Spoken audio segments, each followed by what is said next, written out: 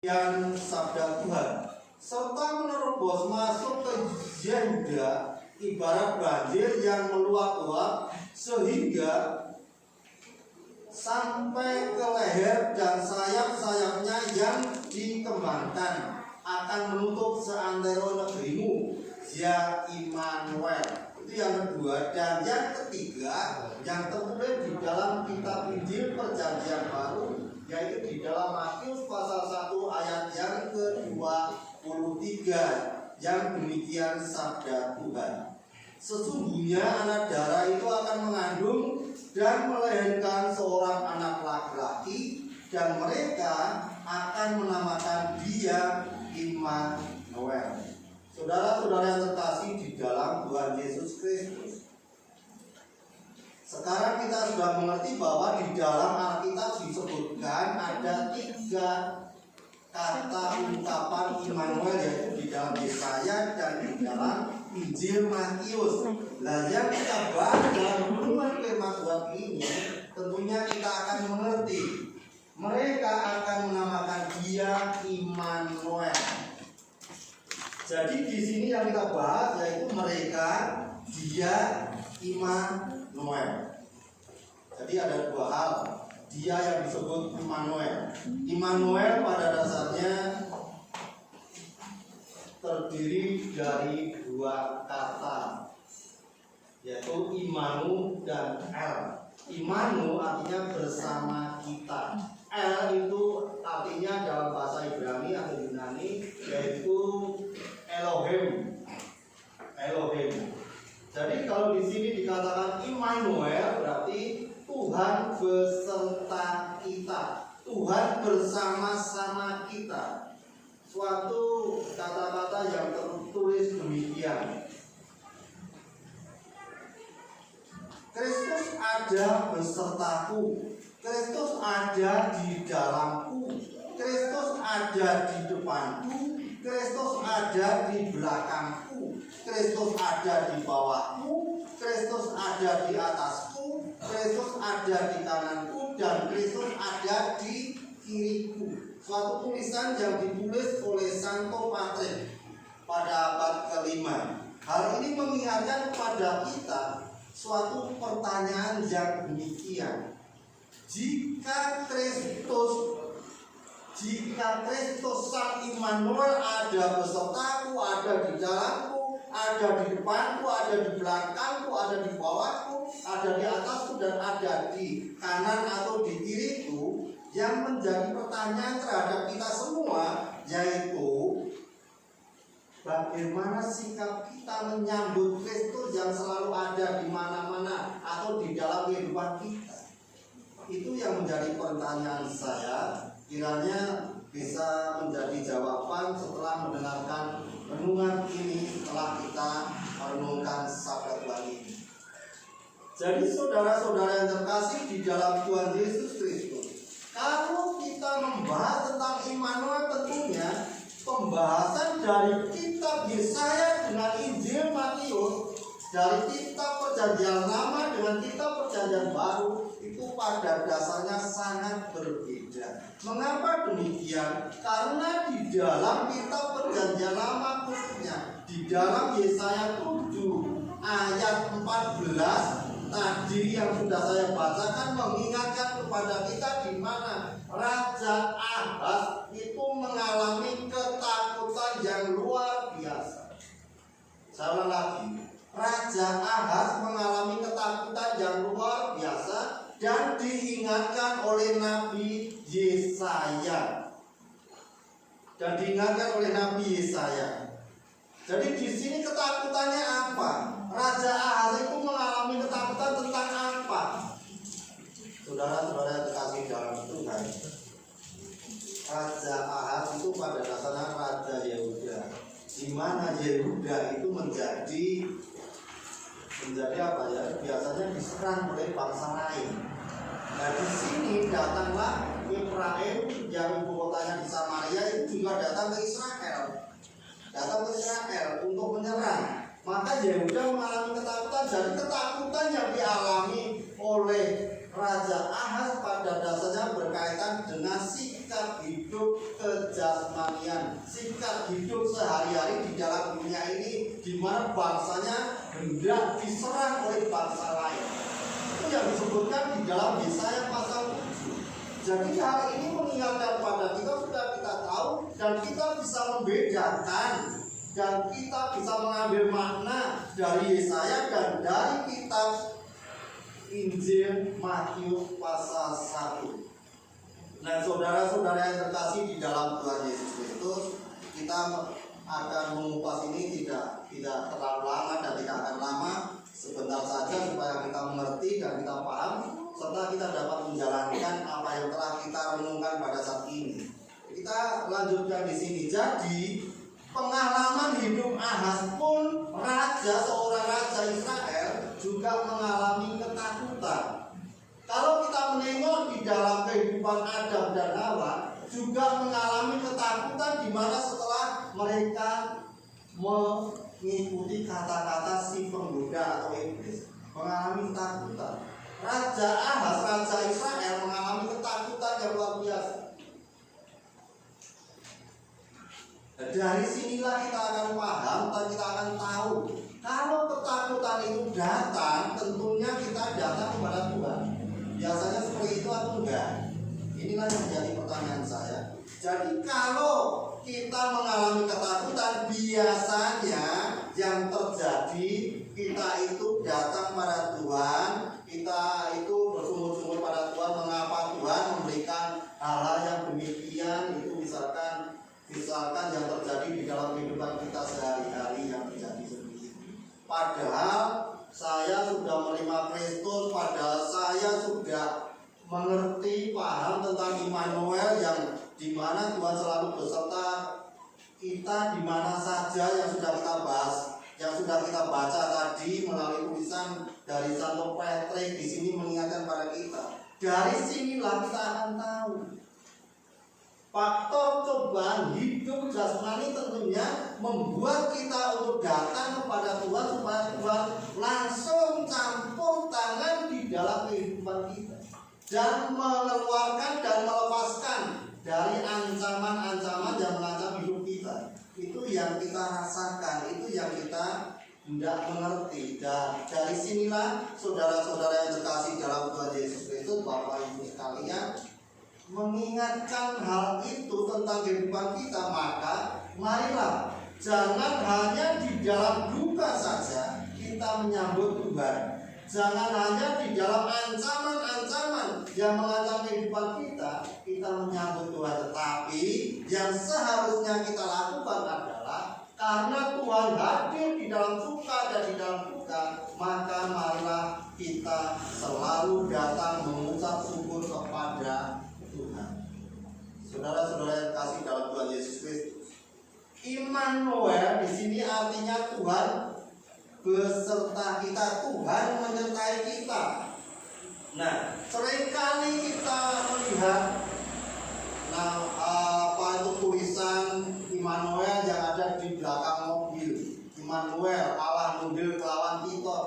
Tetapi seringkali kata Immanuel yang tertulis di dalam mobil, sopirnya pun tidak ingat di belakangnya ada tulisan Immanuel.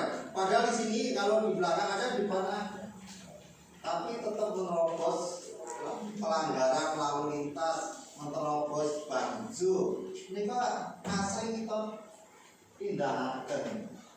Nah, ini mutakan hal ingkang mekaten tentunya sumangga jangan menggunakan nama Immanuel itu dengan sembarangan, seperti yang terjadi ketika orang Yahudi mendengar bahwa Isa Al-Masih lahir, dan pada saat itu yang dipimpin oleh Raja Herodes. Raja Herodes pun juga mengalami ketakutan, bahkan berusaha membunuh bayi yang umurnya 0 sampai 2 tahun.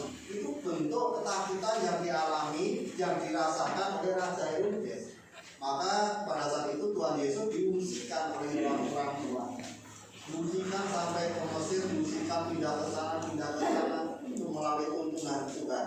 Oleh karena itu saudara-saudara yang terkasih, jika Raja Herodes pun hendak membunuh anak-anak yang usia 0 sampai 2 tahun, orang Yahudi merasa Tuhan beserta kepadanya, merasa Tuhan beserta kepada bangsa atau orang-orang Yahudi, justru orang Yahudi melakukan tindakan yang disalahgunakan, yaitu menyalibkan Tuhan Yesus Kristus, Sang Immanuel itu sendiri.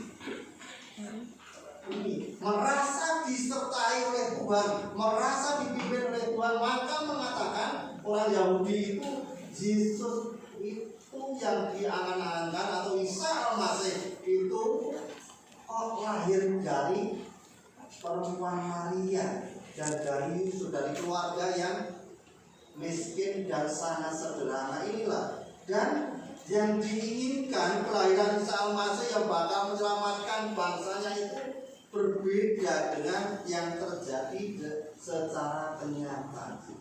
Saudara-saudara yang dikasihi di dalam Tuhan Yesus Kristus, kita ingat kembali di dalam Yesaya pasal 1 ini, diingatkan pasal ayat 2 sampai 4 dan ayat 7 dan ayat 14 menunjukkan di sini tadi Raja Ahaz mengalami ketakutan yang luar biasa.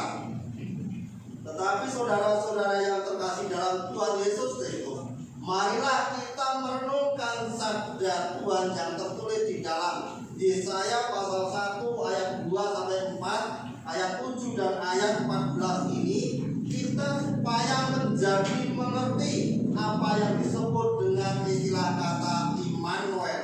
Immanuel adalah janji yang digenapi dalam suatu pribadi.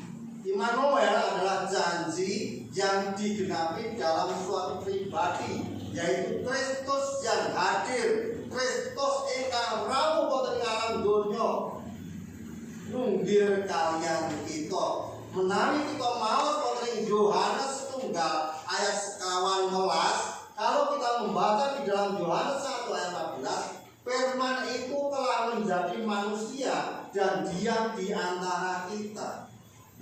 Nah, kalau kita kaitkan firman telah menjadi manusia, tentunya jangan lepas dari Yohanes 1 ayat 1. Pada mulanya adalah firman, firman itu bersama-sama dengan Allah, dan firman itu adalah Allah, dan firman itu telah menjadi manusia dan diam di antara kita. Hal ini menunjukkan ada kesinambungan. Ada kesinambungan yang tidak terputus, di mana firman yang bersama-sama dengan Allah dan firman adalah Allah. Allah hadir dalam pribadi, yaitu Yesus Kristus, Sang Immanuel itu. Jadi di sini saudara-saudara yang terkasih dalam Tuhan, hal ini mengingatkan kepada kita Allah yang transenden itu hadir, Allah yang jauh itu hadir di dalam kehidupan manusia. Saya lagi, Allah yang transenden, Allah yang jauh sekali itu hadir di dalam pribadi Yesus Kristus dan beserta dalam kehidupan kita. Ini yang harus kita rasakan dan yang harus kita tahu. Nah, dan yang kedua, di sini menunjukkan bahwa kehadiran Yesus Kristus adalah sebagai Allah yang berkuasa dalam segala hal. Saya lagi, kehadiran Yesus Kristus di sini adalah sebagai Allah yang berkuasa di dalam segala hal. Hal ini dapat saudara-saudara baca nanti di dalam Roma pasal 8 ayat 28. Jadi di sini kedatangan Yesus Kristus itu membawa kebaikan bagi kita semua, bagi mereka, bagi dunia ini. Nah, yang ketiga menunjukkan bahwa janji penggenapan kehadiran Tuhan Yesus Kristus sebagai Allah yang menyertai kita di sini adalah tujuannya untuk menolong umatnya membawa kemenangan. Jadi hal ini dimaksudkan kehadiran Yesus Kristus ke dalam dunia dalam pribadi manusia itu menunjukkan bahwa murka Allah telah diselesaikan. Sudah tidak ada lagi murka Allah di dalam kehidupan kita. Mengapa? Karena Allah beserta kita, Allah bersama-sama kita, baik di depan, baik di dalam, baik di belakang, baik di kanan maupun di kiri itu tadi. Dan yang keempat, jadi kalau kita mau memahami di sini, tentunya kita melihat jaminan pernyataan Allah itu diwujudkan dalam kehidupan Yusuf dan Maria, di mana Yusuf dan Maria mendapatkan kabar sukacita, di mana Allah hadir bersama-sama dengan kita. Jadi ada 4 hal ini saudara-saudara yang dikasih dalam Tuhan, supaya kita mengerti melalui hal ini. Jadi yang pertama, digenapi dalam pribadi Yesus Kristus. Yang kedua, menunjukkan Allah yang berkuasa, yang memberi dan melindungi dan menolong kita. Dan yang ketiga, Allah itu memberikan atau membawa kemenangan. Dan yang keempat itu Allah menyertai Yusuf dan Maria melalui kabar sukacita, di mana Allah hadir dan bersama-sama dengan kita. Saudara-saudara yang terkasih dalam Tuhan, jadi dari kata yang ditulis oleh Santo Patrick di sini pada abad ke-5 di sini mengingatkan kepada kita bahwa kita harus mengerti, kita harus paham, kita harus bisa memanfaatkan kata di mana Kristus ada besertaku, Kristus ada di dalamku, Kristus ada di depanku, Kristus ada di belakangku, Kristus ada di bawahku, Kristus ada di atasku, Kristus ada di kananku, dan Kristus ada di kiriku. Lengkap tulisan PT ini. Lengkap. Jadi dimanapun kita berada, selalu disertai oleh Tuhan, selalu mendapatkan penyertaan Tuhan. Lalu bagaimana supaya mereka akan menyebut atau menamakan Dia Immanuel? Caranya bagaimana supaya mereka menamakan Dia Immanuel? Ini yang sangat kita tunggu untuk kita pahami, supaya kita bisa tidak hanya mengerti, melainkan kita mampu mewartakan Kristus yang ditunggu melawan kita. Jadi kalau menjadi pertanyaan bagaimana mereka menamakan Dia Immanuel, tanggung jawab kita adalah mendemonstrasikan kehadiran pribadi Yesus Kristus kepada mereka. Bentuk mendemonstrasikan ini dalam berbagai macam hal. Bisa dengan perkataan, bisa dengan sikap, bisa dengan kasih, bisa dengan sikap penanggulangan diri atau menyangkal diri. Jadi mendemonstrasikan ini adalah suatu tindakan yang harus kita lakukan. Misal kita mengucapkan Salam Aleichem, jawabnya bagaimana, Pak? Alaikum salam. Jadi Salam Aleichem, Aleichem salam. Jadi kata salam jika kita rasakan dengan sungguh-sungguh, tentunya bisa menjadi berkat bagi saudara-saudara yang lain, saudara kita yang berkumpul di sini. Jadi suatu kata itu suatu ungkapan. Kata salam kita ungkapkan salam. Jadi dengan tekanan, dengan rasa. Jika kita mengungkapkan dengan rasa, maka kita akan mengerti saudara kita atau teman kita atau saudara seiman kita akan mengerti dan merasakan kata salam diungkapkan dengan rasa. Beda dengan salam, itu kan memanggil. Tapi kalau kita ungkapkan dengan rasa salam, itu tentunya akan membawa suatu berita yang sukacita. Nah, saudara-saudara yang terkasih, jadi kita harus mendemonstrasikan kehadiran pribadi Yesus Kristus dalam kehidupan orang percaya, dalam kehidupan orang beriman, supaya tanggung jawab hidup kita itu benar-benar disertai oleh Tuhan. Nah, kalau kita disertai oleh Tuhan, kita mewartakan Injil Kristus. Hal itu dapat kita baca di dalam Matius pasal 28 ayat 19 sampai 20. Matius 28 ayat 19 sampai yang ke-20. Saya bacakan firman Tuhan di dalam Matius 28 ayat 19 dan 20. Yang demikian firman Tuhan. Yesus mendekati mereka dan berkata, "Kepadaku telah diberikan segala kuasa di surga dan di bumi.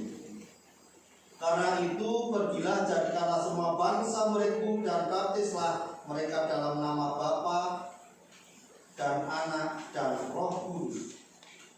Dan ajarlah mereka melakukan segala sesuatu yang telah kuperintahkan kepadamu. Dan ketahuilah aku menyertai kamu senantiasa sampai kepada akhir zaman." Saudara-saudara yang terkasih, yang paling akhir di sini kita mengingatkan Immanuel menunjukkan bahwa Allah beserta. Di sini di dalam Matius pasal 28 mengingatkan kepada kita bahwa Yesus telah diberi kuasa di surga dan di bumi. Maka apa yang kita rasakan dalam hidup kita kalau Tuhan diberi kuasa di surga dan di bumi, yaitu Tuhan Yesus Kristus. Jadi disinilah tanggung jawab kita setelah mendengarkan Sang Immanuel yang hadir dalam suatu pribadi yang telah mendapatkan kuasa di surga dan di bumi. Tanggung jawab kita adalah mewartakan firman Tuhan, mewartakan pribadi Yesus Kristus kepada semua orang.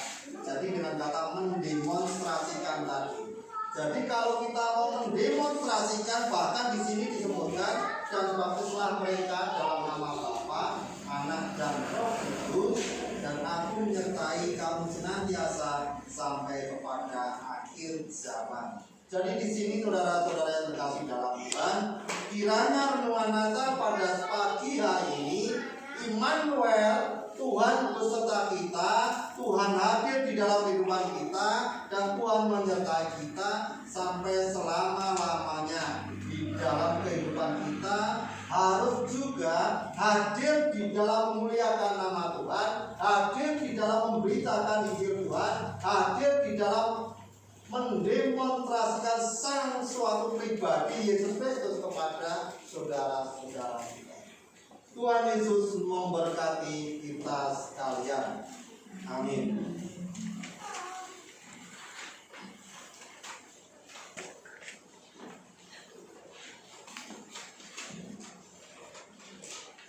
Kita masuk dalam doa syafaat. Kita andalkan.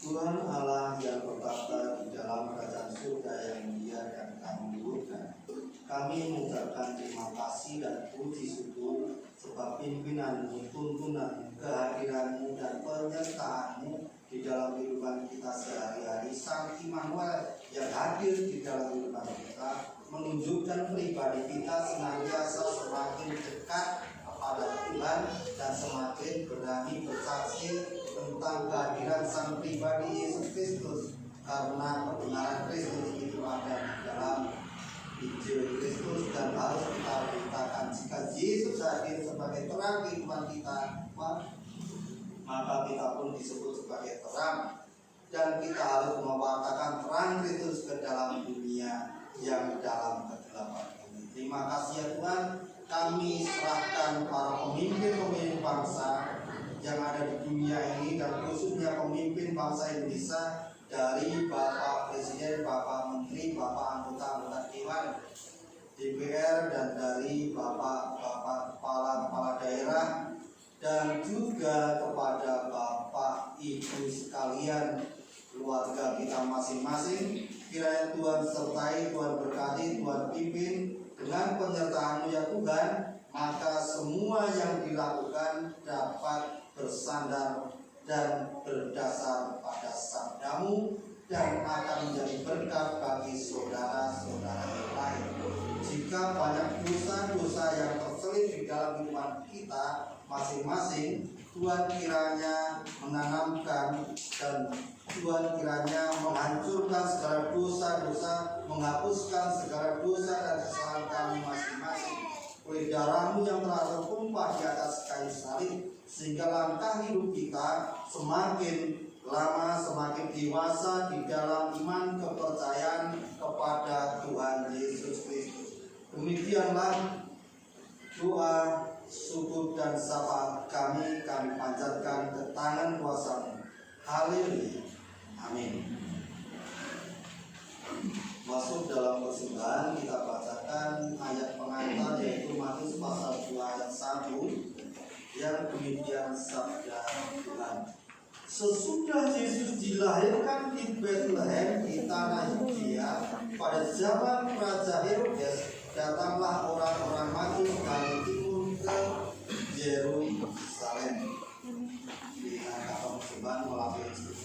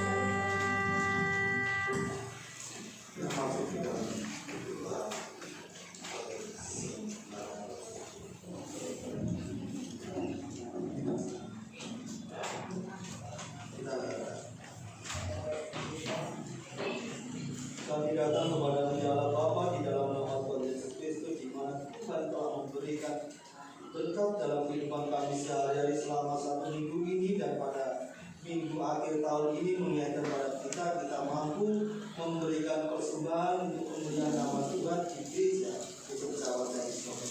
Berkati kami semua ya Tuhan, sehingga berkat itu dapat kami lakukan untuk kebutuhan hidup kami sehari-hari, dan bisa kami pakai untuk pelayanan firman Tuhan, khususnya di gereja Kristen Jawa Komandan Jatisoro, lingkup Jatisoro dan Roy. Pakai kami ya Tuhan dalam kehidupan kami sehari-hari. Jika masih ada saudara-saudara kami yang belum bisa mempersembahkan, karena Tuhan juga memberkati, Tuhan memberikan pimpinan, tuntunan sehingga langkah hidupnya semakin menuju pada langkah-langkah yang positif dan percaya bahwa Tuhan selalu hadir dan mengawalnya. Di dalam nama Tuhan Yesus kami berdoa. Amin. Masuk dalam keputusan. Arahkanlah hatimu kepada dunia. Siarkanlah ke seluruh dunia berita kelahirannya.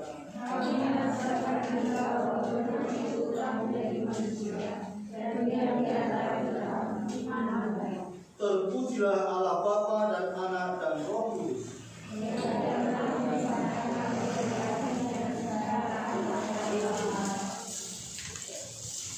Terimalah berkat Tuhan. Tuhan memberikan engkau dan melindungi engkau. Tuhan menyinari engkau dengan wajah-Nya dan memberi engkau kasih karunia. Tuhan menghadapkan wajah-Nya kepadamu dan memberi engkau damai sejahtera. Kita nyanyikan KJ 478.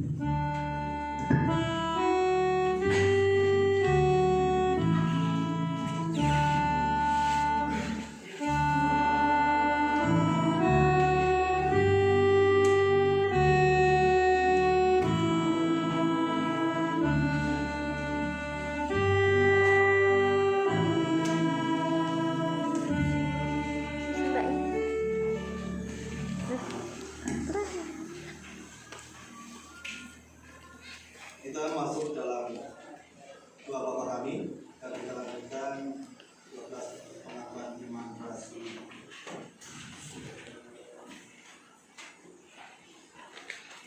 Bapa kami yang ada di surga, dikuduskanlah namamu, datanglah kerajaanmu, jadilah kehendakmu di bumi seperti di surga. Berikanlah kami pada hari ini makanan kami yang sesungguhnya, dan ampunilah kami akan kesalahan kami, seperti kami juga mengampuni yang bersalah. Dan dalam doa kami dalam perubahan tetap berpasangan kami dari perjanjian. Para Noah yang punya kerajaan dan kuasa dan kemuliaan sampai selama-lamanya. Bersama-sama umat percaya sedunia kita memperbarui iman kita dengan mengucapkan 12 pengakuan iman rasul. Aku percaya kepada Allah Bapa yang Maha Kuasa dan kepada Yesus Kristus yang yang dikandung dari Roh Kudus, lahir dari anak darah Maria, yang menderita di bawah pemerintahan Pontius Pilatus, disalikan mati dan disalibkan, turun ke dalam kerajaan maut. Pada hari yang ketiga, dari antara mati, naik ke surga, duduk di kanan Allah yang Maha Kuasa, dan akan datang dari sana untuk menghakimi yang hidup dan yang mati. Aku percaya pada Roh Kudus, gereja yang kudus dan am, pengampunan dosa, panggilan hati dan kehidupan. Terima kasih waktu kami berikan.